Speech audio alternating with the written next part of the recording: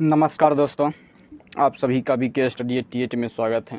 आज की इस वीडियो में हम लोग BPSC की कक्षा में ज्योग्राफी के पाठ जलवायु को देखने वाले हैं, जो अध्याय 4 में हैं। किताब का नाम है बिहार एक समग्र अध्ययन, जिसका अध्याय 4 जलवायु को आज हम पढ़ेंगे। दोस्तों, अगर आप चैनल पर पहली बार आए हैं तो कृपया करके चैनल को सब्सक्राइब कर दें, वीडियो को लाइक कर दें और वीडियो को अपने दोस्तों के साथ साझा कर दें। तो चलिए स्टार्ट करते हैं अध्याय, इसका नाम है जलवायु। किसी स्थान विशेष की मौसम संबंधी समस्त दशाओं के दीर्घकालिक औसत को जलवायु कहते हैं। जलवायु संबंधित क्षेत्र के विभिन्न वातावरणीय तत्वों जैसे ऊंचाई, धरातलीय संरचना, भौगोलिक अवस्थिति, सौर विकिरण, वर्षा की मात्रा, सागर तट से दूरी तथा अक्षांश विस्तार आदि से प्रभावित होती हैं। किसी क्षेत्र की जलवायु वहाँ की जनसंख्या की आर्थिक, सांस्कृतिक और सामाजिक गतिविधियों का निर्धारण करती हैं। बिहार की जलवायु यानी क्लाइमेट ऑफ बिहार को पढ़ते हैं। बिहार उपोष्णकटिबंधीय यानी सब ट्रॉपिकल जलवायु क्षेत्र में स्थित है तथा यहाँ की जलवायु मानसूनी है। बिहार में महाद्वीपीय जलवायु यानी कॉन्टिनेंटल क्लाइमेट के लक्षण पाए जाते हैं, किंतु वर्ष के अधिकांश समय वायु में पर्याप्त नमी होने के कारण इसे संशोधित महाद्वीपीय जलवायु का क्षेत्र भी कहा जाता है। बिहार कर्क रेखा के उत्तर में स्थित इसके पश्चिमी भाग में अर्धशुष्क यानी सेमी एरिड तथा पूर्वी भाग में आर्द्र यानी ह्यूमिड जलवायु पाई जाती हैं। भारत की जलवायु को प्रभावित करने वाली सभी कारकों का प्रभाव बिहार की जलवायु पर भी पड़ता है। बिहार की जलवायु को प्रभावित करने वाले कारक निम्नवत हैं। चलिए देखते हैं। बंगाल की खाड़ी से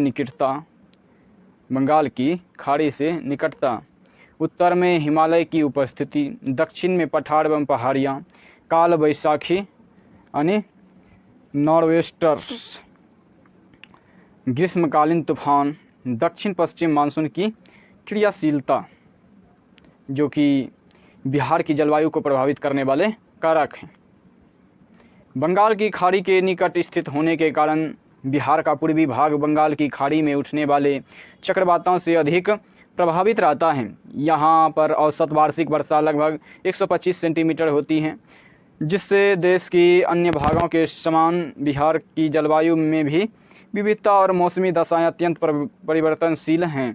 तापमान, वर्षा तथा वायु दाब के आधार पर बिहार की जलवायु को 3 ऋतुओं में बांटा जा सकता है। बिहार की जलवायु का वर्गीकरण देखते हैं। ग्रीष्म ऋतु, जो कि मार्च से मध्य जून तक रहते हैं। वर्षा ऋतु मध्य जून से मध्य अक्टूबर तक रहते हैं और शीत ऋतु मध्य अक्टूबर से फरवरी तक रहते हैं। तो चलिए एक एक करके इन तीनों ऋतुओं को देख लेते हैं। ग्रीष्म ऋतु के बारे में हम लोग पहले जानने का प्रयास करते हैं। बिहार में ग्रीष्म ऋतु का प्रभाव मार्च से मध्य जून तक रहता है। मार्च माह से सूर्य की स्थिति उत्तरायण होने से तापमान में वृद्धि होने लगती है तथा वायु दाब कम होने लगता है। मई माह तक राज्य के सभी भागों में भीषण गर्मी पड़ने लगती है, किंतु जून माह में तापमान तथा आर्द्रता अधिक होने के कारण उमस भरी गर्मी होती है, जिसमें मौसम कष्टदायी हो जाता है। बिहार का सबसे गर्म स्थान गया है, जिसका तापमान 47 डिग्री सेल्सियस तक रहता है। ग्रीष्म ऋतु में गर्म तथा शुष्क हवाएं अथवा लू चलने से राज्य के पश्चिमी तथा मैदानी क्षेत्रों का तापमान अधिक बढ़ जाता है। यहाँ दोपहर के बाद धूल भरी आंधियाँ चलती हैं, जिनकी गति लगभग 15 किलोमीटर प्रति घंटा होती हैं। कभी कभी इन स्थानीय पवनों के साथ साथ आकाश में बादल भी छा जाते हैं, जिससे बूंदाबूंदी भी होने लगती हैं। राज्य में ग्रीष्मकाल मुख्यतः शुष्क रहता है। चलिए इस बॉक्स वाले पॉइंट को भी देख लेते हैं। मानसून के आने से पहले बंगाल की खाड़ी के स्थानीय विक्षोभ यानी लोकल डिस्टर्बेंस के कारण मई माह तक विनाशकारी चक्रवात विकसित हो जाते हैं। इन चक्रवातों का प्रभाव तटीय क्षेत्रों यानी कोस्टल रीजन में सर्वाधिक होता है, परंतु धरातलीय भाग के अंदर की ओर बढ़ने के साथ ही इनकी तीव्रता और प्रभाव दोनों में कमी आने लगती है। इन चक्रवातों का मार्ग उत्तर पश्चिम से होने से इनका प्रभाव बिहार के दक्षिण एवं पूर्वी में सर्वाधिक पड़ता है, जहां इनकी गति 30 से 50 किलोमीटर प्रति घंटा है या होती हैं। ये चक्रवात मेघ गर्जन, तेज हवाएं और तूफानी वर्षा उत्पन्न करते हैं, जिसके द्वारा ये न केवल सामान्य जनजीवन को अस्त व्यस्त करते हैं बल्कि स्थानीय जनधन को भी व्यापक क्षति पहुंचाते हैं। मई माह में बिहार के मैदानी क्षेत्रों में शुष्क व गर्म पछुआ पवनें चलती हैं, जिन्हें लू कहते हैं। जब ये स्थानीय पवनें नॉर्वेस्टर या समुद्री आर्द्र पवनों के साथ मिल जाती हैं तो प्रचंड स्थानीय तूफान उत्पन्न होते हैं, जिनके परिणाम स्वरूप वर्षा और ओलावृष्टि होती है। नेक्स्ट टॉपिक है वर्षा ऋतु। इसको भी देख लेते हैं। ग्रीष्म ऋतु को पढ़ लिए हैं, वर्षा ऋतु को पढ़ेंगे, उसके बाद शीत ऋतु को पढ़ेंगे। तो चलिए वर्षा ऋतु को देखते हैं। बिहार में दक्षिण पश्चिम मानसून का आगमन सामान्यतः मध्य जून से होता है। इस मानसून से राज्य के पूर्वी क्षेत्रों में 8 जून एवं पश्चिमी क्षेत्रों में 15 जून तक वर्षा आरंभ हो जाती है। बिहार में वर्षा सबसे पहले उत्तर पूर्व एवं तराई क्षेत्रों में होती है, जबकि पठारी क्षेत्रों में वर्षा सबसे बाद में आरंभ होती है। राज्य में सबसे अधिक वर्षा जुलाई एवं अगस्त माह में होती है।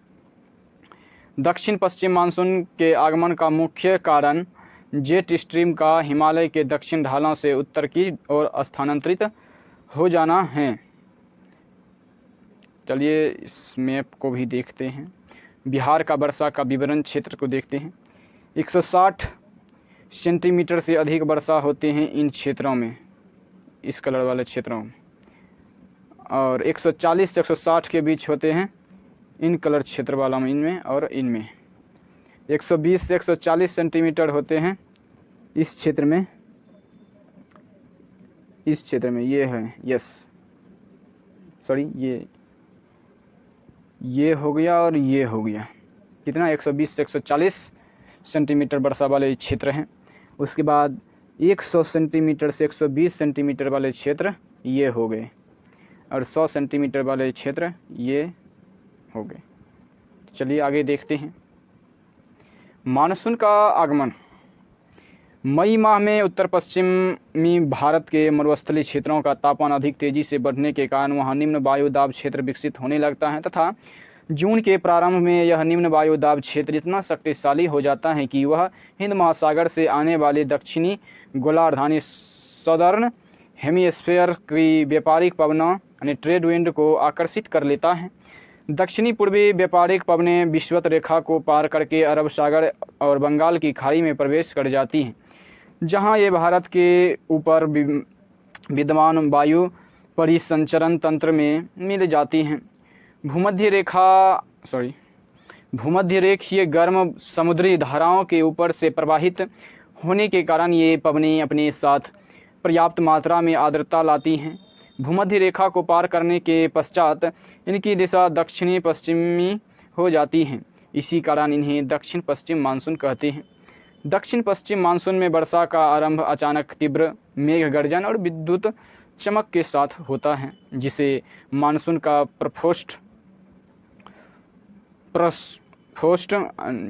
ब्रस्ट ऑफ मानसून या विस्फोट बोल सकते हैं। मानसून का विस्फोट कहते हैं। दक्षिण पश्चिम मानसून का प्रभाव मध्य अक्टूबर तक रहता है, इसलिए राज्य में मध्य जून से मध्य अक्टूबर का काल वर्षा ऋतु या दक्षिण पश्चिम मानसून का काल कहा जाता है। वर्षा ऋतु में तापमान 40 डिग्री सेल्सियस से कम हो जाता है, किंतु आर्द्रता अधिक हो जाती है। जून के मध्य तथा जुलाई के प्रथम सप्ताह में सूर्य कर्क रेखा के निकट होता है, जिससे लगभग 10 दिनों तक वर्षा न होने से मौसम सूखा एवं साफ रहता है। परिणाम स्वरूप तापमान में वृद्धि होने लगती है। जुलाई में बिहार के मैदानी भाग का औसत तापमान 34 डिग्री सेल्सियस तक रहता है तथा निम्न वायु दाब के कारण बंगाल की खाड़ी की ओर से तूफान या चक्रवात आते रहते हैं। सितंबर तथा अक्टूबर में बिहार के मैदानी क्षेत्रों का औसत तापमान 30 डिग्री सेल्सियस तक रहता है। बिहार में प्रायः उत्तर से दक्षिण एवं पूर्व से पश्चिम की ओर वर्षा की मात्रा घटती जाती है। बिहार में पूर्व से पश्चिम की ओर वर्षा का विवरण निम्नवत हैं जो देखने वाले हैं। ये हो गया स्थान, ये वर्षा जो कि सेंटीमीटर में है। पूर्णिया 170 सेंटीमीटर वर्षा करते हैं, पटना 117 सेंटीमीटर, सहरसा 138 सेंटीमीटर और औरंगाबाद 99 सेंटीमीटर वर्षा होते हैं वहाँ पे। बिहार में सबसे अधिक वर्षा उत्तर पूर्वी एवं तराई क्षेत्र तथा गंगा के उत्तर पूर्वी यानी पूर्वी बिहार में लगभग 180 सेंटीमीटर तक होती है। मैदानी भागों में 120 से 140 सेंटीमीटर एवं पश्चिमी भागों में 100 से 110 सेंटीमीटर तक वर्षा होती है। बिहार में सबसे अधिक वर्षा 205 सेंटीमीटर किशनगंज जिले में तथा सबसे कम वर्षा औरंगाबाद जिले में 101 सेंटीमीटर होती है। बिहार में दक्षिण पश्चिम मानसून से लगभग बिहार में, इस पॉइंट को रिपीट कर रहे हैं जी, बिहार में दक्षिण पश्चिम मानसून से लगभग 90% तक वर्षा होती है। 15 अक्टूबर के बाद दक्षिण पश्चिम मानसून लौटने लगता है, जिसे मानसून का निवर्तन यानी रिट्रेट ऑफ मानसून कहते हैं। चलिए दोस्तों, अब हम शीत ऋतु के बारे में जानने का प्रयास करते हैं। बिहार की शीत ऋतु को देखते हैं, पॉइंट वाइज बताया गया है, तो इस पॉइंट को भी देखते हैं। बिहार में शीत ऋतु का समय मध्य अक्टूबर से प्रारंभ होकर फरवरी तक रहता है। मध्य अक्टूबर में मानसून के लौटने के बाद भी वायु में आर्द्रता अधिक रहती है। राज्य में सबसे अधिक ठंड मध्य दिसंबर से जनवरी तक होती है। स्वच्छ आकाश, मंद पवन, हल्की ठंड तथा धूप शीत ऋतु के प्रारंभिक लक्षण हैं।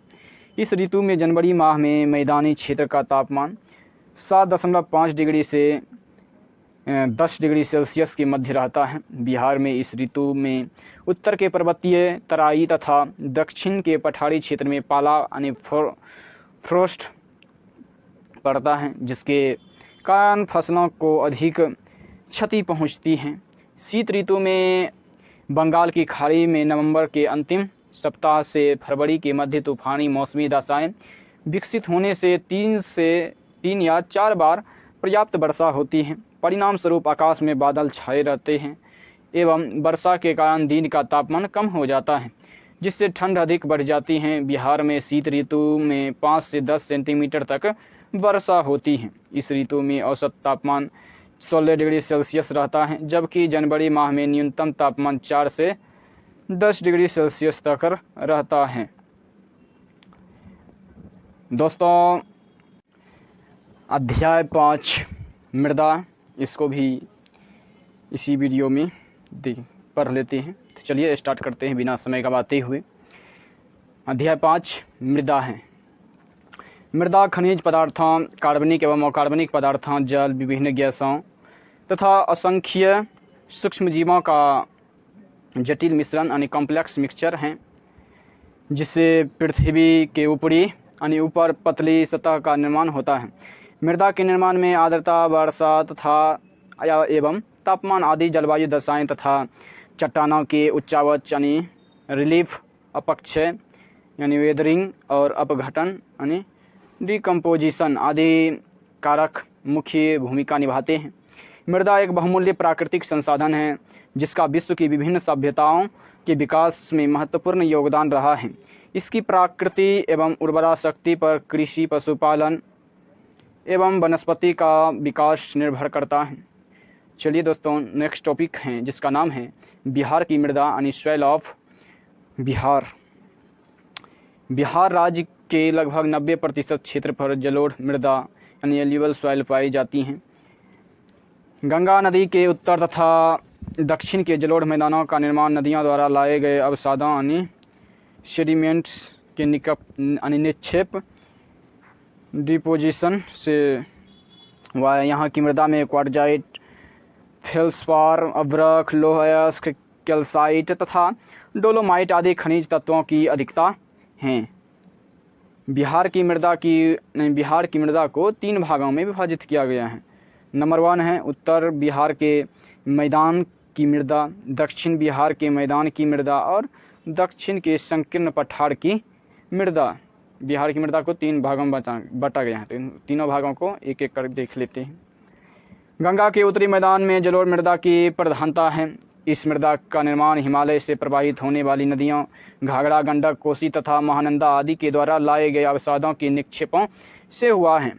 उत्तर बिहार के मैदान की मृदा को 4 भागों में विभाजित किया गया है, जो इस प्रकार हैं। नंबर 1, उप हिमालय पर्वतीय मृदा, दलदली या तराई क्षेत्र की मृदा, पुरानी जलोढ़ या बांगर मृदा, नवीन जलोढ़ या खादर मृदा। तो उप हिमालय की पर्वतपदीय मृदा को देखते हैं। यह मृदा बिहार के उत्तर पश्चिम में सोमेश्वर श्रेणी के क्षेत्रों में पाई जाती हैं। इन क्षेत्रों में वर्षा की अधिकता के कारण मृदा परतों का गठन हल्का एवं उसमें आर्द्रता की अधिकता होती है। इस मृदा का रंग गहरा भूरा या पीला होता है। यह मध्यम उपज वाली मृदा है। इसमें जैविक पदार्थों यानी ह्यूमस की अधिकता पाई जाती हैं। इस मृदा में मुख्यतः धान, मक्का तथा जौ आदि फसलें उगाई जाती हैं। दलदली या तराई क्षेत्र की मृदा को देखते हैं। इस मृदा का निर्माण शिवालिक पहाड़ियों से प्राप्त अपरदित पदार्थों के निक्षेप से हुआ है। इसका विस्तार बिहार की उत्तरी सीमा के साथ पूर्व में किशनगंज से लेकर पश्चिम चंपारण तक 5 से 7 किलोमीटर की चौड़ी पट्टी में है। आगे देखते हैं। दलदली क्षेत्र की मृदा का रंग भूरा हल्का पीला होता है एवं इसकी प्रकृति अम्लीय होती है। इसमें कहीं कहीं कंकड़ एवं रेत की अधिकता पाई जाती है। इस मृदा में लवण और जैव पदार्थों की अधिकता किंतु फास्फोरस एवं पोटास आदि पोषक तत्वों की कमी होती है। इसलिए इस मृदा में मध्यम श्रेणी की उर्वरा शक्ति पाई जाती है। यह मृदा धान, पटसन, गेहूँ, जौ, सरसों आदि फसलों की कृषि के लिए अनुकूल होती हैं। पुरानी जलोढ़ या बांगर मृदा। यह मृदा नदी की बाढ़ सीमा से ऊपर पुरानी जलोढ़ से निर्मित उच्च भूमि में पाई जाती हैं। इसका विकास ऐसे क्षेत्रों में होता है जहां बाढ़ का पानी प्रति वर्ष नहीं पहुंचता है। इस मृदा का सर्वाधिक विस्तार तराई क्षेत्र के दक्षिण में कोसी क्षेत्र में पूर्णिया एवं सहरसा जिलों में हुआ है। दरभंगा, मुजफ्फरपुर तथा चंपारण के उत्तर पश्चिम भाग में बांगर क्षेत्र का विस्तार समाप्त हो जाता है। बांगर मृदा में चूना एवं पोटास की अधिकता किंतु फास्फोरस, नाइट्रोजन एवं ह्यूमस की कमी पाई जाती है। इसका रंग गाढ़ा भूरा या हल्का काला होता है तथा इसकी उर्वरा शक्ति अधिक होती है। सिंचाई की समुचित व्यवस्था करके इस मृदा में गन्ना, मक्का, धान, जूट एवं गेहूं की अच्छी फसल प्राप्त की जा सकती है। बिहार की मृदा इस तरह से हैं, देख लेते हैं। ये हो गया तराई क्षेत्र की मृदा, ये तराई वाले भाग हो गए, ये बांगर हो गए और ये बलसुंदरी, ताल, करेल, कबाल, बलथर, अभ्रक मिट्टी, लाल मिट्टी इत्यादि। बलसुंदरी मृदा को देखते हैं। इस मृदा का विस्तार बांगर के दक्षिण में पूर्णिया, सहरसा, दरभंगा और मुजफ्फरपुर के दक्षिण क्षेत्र में चंपारण के दक्षिण पश्चिम एवं सारण जिलों तक है। इसका रंग गहरा भूरा एवं सफ़ेद होता है। चूने की अधिकता 30% के कारण इसकी प्रकृति क्षारीय होती है तथा इसकी उर्वरता कम होती है। यह की प्रमुख फसलें मक्का, गन्ना, धान, गेहूँ तथा तंबाकू आदि हैं। इस क्षेत्र में केला, लीची और आम के बागान भी पाए जाते हैं। नवीन जलोढ़ या खादर मृदा के बारे में देखते हैं। गंगा, गंडक, कोसी और महानंदा आदि नदियों के द्वारा प्रतिवर्ष बाढ़ के पश्चात शेष बचे अवसादों से निर्मित मृदा को नवीन जलोढ़ या खादर मृदा कहते हैं। इसका विस्तार नदियों की निचली घाटियों में पाया जाता है। इसमें मुख्यतः बालू, रेत, पंक एवं चिकनी मृदा के जमाव पाए जाते हैं। खादर मृदा में चूनेदार पदार्थों की कमी पाई जाती है। यह मृदा गहरे भूरे और काले रंग की होती हैं, जिसमें चीका की अधिकता के कारण नमी धारण करने की क्षमता अधिक होती है। इसकी उर्वरा शक्ति अधिक होती है तथा यह धान की कृषि के लिए उपयुक्त होती हैं। बिहार के उत्तर पूर्वी भाग में अधिक वर्षा के कारण जूट की कृषि बृहद स्तर पर होती है। दक्षिण बिहार के मैदान की मृदा गंगा नदी तथा छोटा नागपुर पठार के मध्य सोन, पुनपुन, फल्गु तथा क्यूल आदि नदियों द्वारा लाए गए अवसादों के निक्षेप से जलोढ़ मृदा का निर्माण हुआ है। इसकी संरचना तथा उर्वरता के आधार पर इसे 4 उपभागों में विभाजित किया जा सकता है। दक्षिण बिहार के मैदान की मृदा को 4 भागों में विभाजित किया गया है। नंबर 1 कगाड़ी मृदा, नंबर 2 में है टाल मृदा, नंबर 3 में है पुरानी जलोढ़ या करेल केबाल मृदा और बलथर मृदा। तो कगाड़ी मृदा को देखते हैं हम पहले।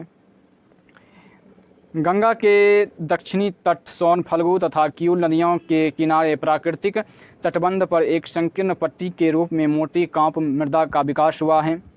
यह चूना प्रधान मृदा है जिसका गठन हल्का एवं रंग भूरा होता है। जिसका गठन हल्का एवं रंग भूरा होता है, जो सरसों, साग सब्जी, मक्का तथा मिर्च आदि की कृषि के लिए यह मृदा उपयुक्त होती हैं। टाल मृदा के बारे में देखते हैं। टाल सॉइल, इसका विस्तार कगाड़ी मृदा के दक्षिण में बक्सर से भागलपुर तक 8 से 10 किलोमीटर की एक चौड़ी पट्टी में हुआ है। पश्चिम से पूर्व की ओर इसकी चौड़ाई कम होती जाती है। यह निम्न भूमि का क्षेत्र है। वर्षा काल में जलमग्न यानी वाटर लोडेज रहता है। टाल को देखते हैं। टाल गंगा नदी के दक्षिण तटबंध के दक्षिण में निम्न भूमि का क्षेत्र है जिसमें बाढ़ अथवा वर्षा का जल भर जाने से यह निम्न भूमि क्षेत्र जलमग्न हो जाता है। इसे टाल या ताल या तालाब कहते हैं।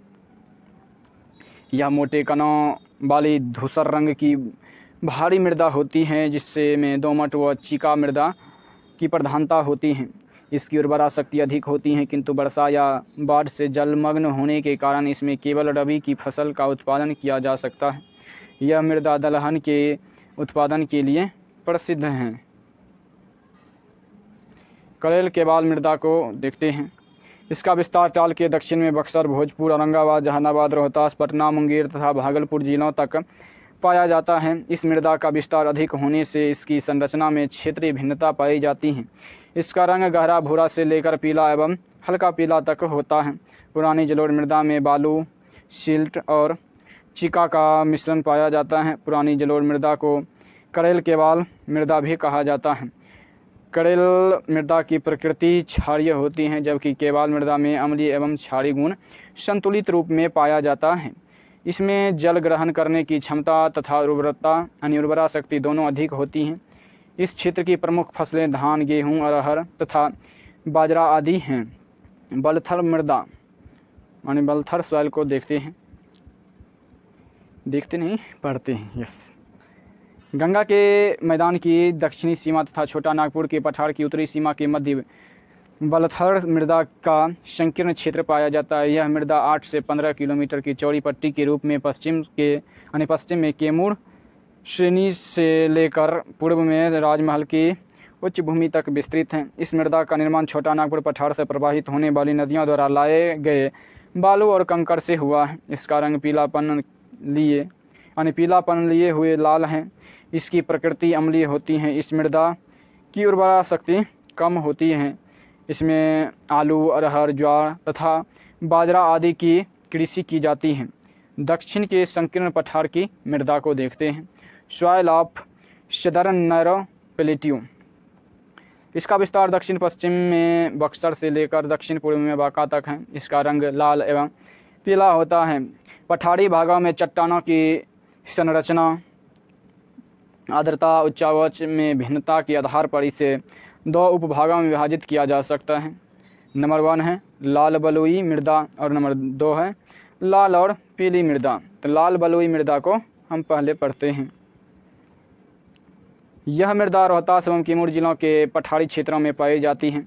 इस मृदा का निर्माण लाल बलुआ पत्थर, सेल और चूना पत्थर आदि चट्टानों के विघटन और अपघटन से हुआ है, इसलिए इस मिट्टी का रंग लाल या पीला होता है। यहाँ घाटियों में प्राकृतिक वनस्पति की अधिकता के कारण मृदा में ह्यूमस की मात्रा अधिक पाई जाती है। यह मृदा कम उपजाऊ होती है क्योंकि इसमें बालू की अधिकता होती है। इस मृदा में मुख्य रूप से ज्वार, बाजरा तथा मक्का आदि की कृषि की जाती है। लाल और पीली मृदा को पढ़ते हैं। इसका विस्तार बिहार के दक्षिण पूर्व में बांका, जमुई, मुंगेर, नवादा, गया और औरंगाबाद जिलों के पठारी क्षेत्रों में पाया जाता है। इसका निर्माण नीस, शिस्ट और ग्रेनाइट आदि चट्टानों के विघटन तथा अपघटन से हुआ है। लौह तत्व की अधिकता के कारण इस मृदा का रंग लाल होता है। इसमें ह्यूमस, नाइट्रोजन, फास्फोरस की कमी पाई जाती है। इसकी उर्वरा शक्ति कम होती है। इस कारण इसमें मोटे अनाज तथा दलहन आदि की कृषि की जाती है। निर्माण प्रक्रिया के आधार पर मृदा का वर्गीकरण को हम देखते हैं। निर्माण प्रक्रिया के आधार पर राज्य की मृदा को 2 भागों में विभक्त किया जा सकता है, प्रवाही या अपौढ़ मृदा, दूसरा है अवशिष्ट मृदा। पहले हम प्रवाही या अपौढ़ मृदा को देखते हैं।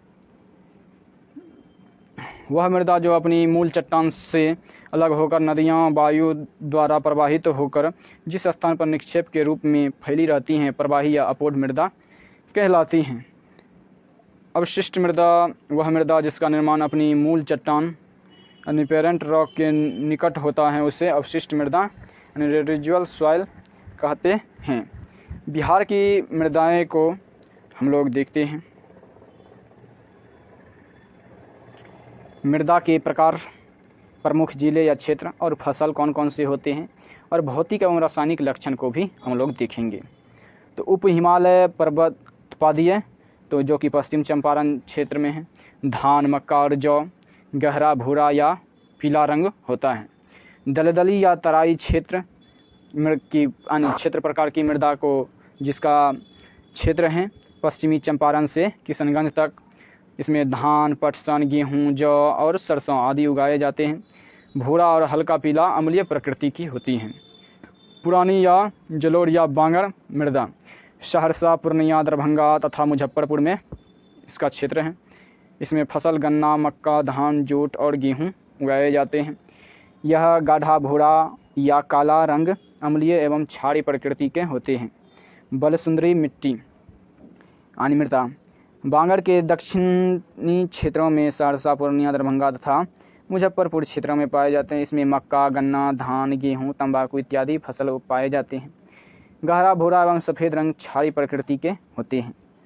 नवीन जलोढ़ या खादर मृदा यह गंगा, गंडक, कोसी तथा महानंदा आदि नदियों की निचली घाटियों में पाए जाते हैं और इसमें फसल धान तथा जूट उगाए जाते हैं। इसकी भौतिक एवं रासायनिक लक्षण गहरा भूरा एवं काला क्षारीय पदार्थों की कमी होती है। कगारी मृदा यह गंगा नदी के दक्षिण तट, सोन तथा फल्गु आदि नदियों के प्राकृतिक तटबंधों के किनारे होती हैं। इसमें जौ, सरसों, मक्का तथा मिर्च की फसल होते हैं। यह भूरा रंग एवं क्षारीय प्रकृति के होते हैं। टाल मृदा बक्सर से भागलपुर तक, इसमें दलहन, गेहूं तथा तिलहन फसल उगाए जाते हैं। यह बारीक से मोटे कणों वाले धूसर रंग की भारी मृदा होते हैं।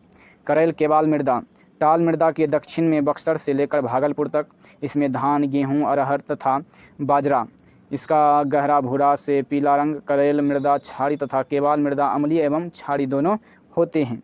बलथर मृदा यह गंगा के मैदानी के दक्षिणी सीमा एवं छोटा नागपुर पठार की उत्तरी सीमा के मध्य होते हैं और इसमें आलू, अरहर, ज्वार तथा बाजरा की खेती होते हैं। पीलापन लिए हुए लाल अम्लीय प्रकृति के होते हैं। लाल बलुई मिट्टी यह रोहतास तथा कैमूर के पठारी क्षेत्रों में पाए जाते हैं। इसमें बाजरा, ज्वार तथा मक्का की खेती की जाती है। यह लाल या पीला होते हैं। लाल और पीली मिट्टी यह बांका, जमुई, मुंगेर, नवादा तथा गया आदि के पठारी क्षेत्रों में पाई जाती है। इसमें मोटे अनाज और दलहन की खेती होती है। लाल लौह तत्व की अधिकता इसमें होती है।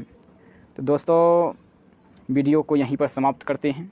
आप सभी से आग्रह है कि चैनल पर अगर पहली बार आए हैं तो कृपया करके चैनल को सब्सक्राइब कर दें, वीडियो को लाइक कर दें और वीडियो को अपने दोस्तों के साथ साझा कर दें। अगर इसका PDF और टेस्ट लगाना चाहते हैं तो टेलीग्राम चैनल को ज्वाइन करें, जो कि चैनल के अबाउट सेक्शन में लिंक दिया हुआ है, वहां से आप टेलीग्राम चैनल को ज्वाइन कर सकते हैं। तो मिलते हैं नेक्स्ट वीडियो के साथ। जय हिंद,